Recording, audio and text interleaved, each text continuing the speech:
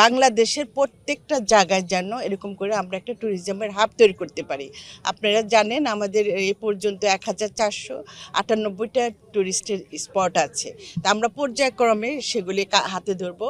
সেজন্য কিন্তু প্রথম আশাই কিন্তু এইখান থেকে নাটোর দিয়ে শুরু করেছি, কারণ আপনাদের এই নাটোর ঐতিহ্যবাহী জায়গা এই নর্থ বেঙ্গলের দিকে মানে এত রিচ জায়গা বোধহয় কোথাও নাই। তো সেখানে আপনাদের শিক্ষা প্রতিষ্ঠানের অভাব আছে। তারপরে এখানে বোধহয় হসপিটাল আছে, মেডিকেল কলেজ মেডিকেল কলেজ নেই। নেই, এখানে মেডিকেল কলেজ নেই। একটা তার চেয়ে যেটা বেশি ইম্পর্টেন্ট যে একজন মানুষ যখন দেখতে আসবে তার তো থাকার একটা জায়গা লাগবে, সেরকম হোটেলও নাই এখানে, যেটা আমি শুনেছি।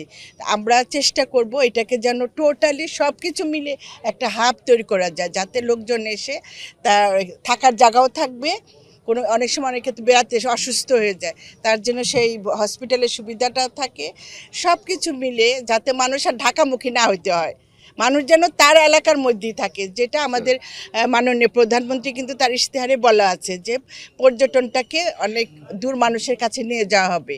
সারা বাংলাদেশের যে পর্যটন স্থানগুলি মানুষের ঘরে ঘরে পৌঁছায় দিতে হবে। আমি জনপ্রতিনিধি, মানুষের জন্য আজকে এখানে দাঁড়িয়ে কথা বলছি, মানুষের ভোটে আজকে নির্বাচিত হয়ে কথা বলছি। সুতরাং আমার দায়িত্ব কিন্তু মানুষের স্বপ্নগুলি পূরণ করা। আমার কাজই এটা, আপনাদের সেবা দেওয়া, জনগণের সেবা দেওয়া। যে যে নির্দেশ আমরা মাননীয় প্রধানমন্ত্রী দিচ্ছেন যে তোমরা জনগণের কাছে যাও, জনগণের পাশে দাঁড়াও, সে উপলক্ষে কিন্তু আজকে আসা। সবাইকে নিয়ে যেন এই নাটোরটাকে একটা ঐতিহ্যবাহী একটা পর্যটন কেন্দ্র তৈরি করতে পারি, সেটা আমি চেষ্টা করব।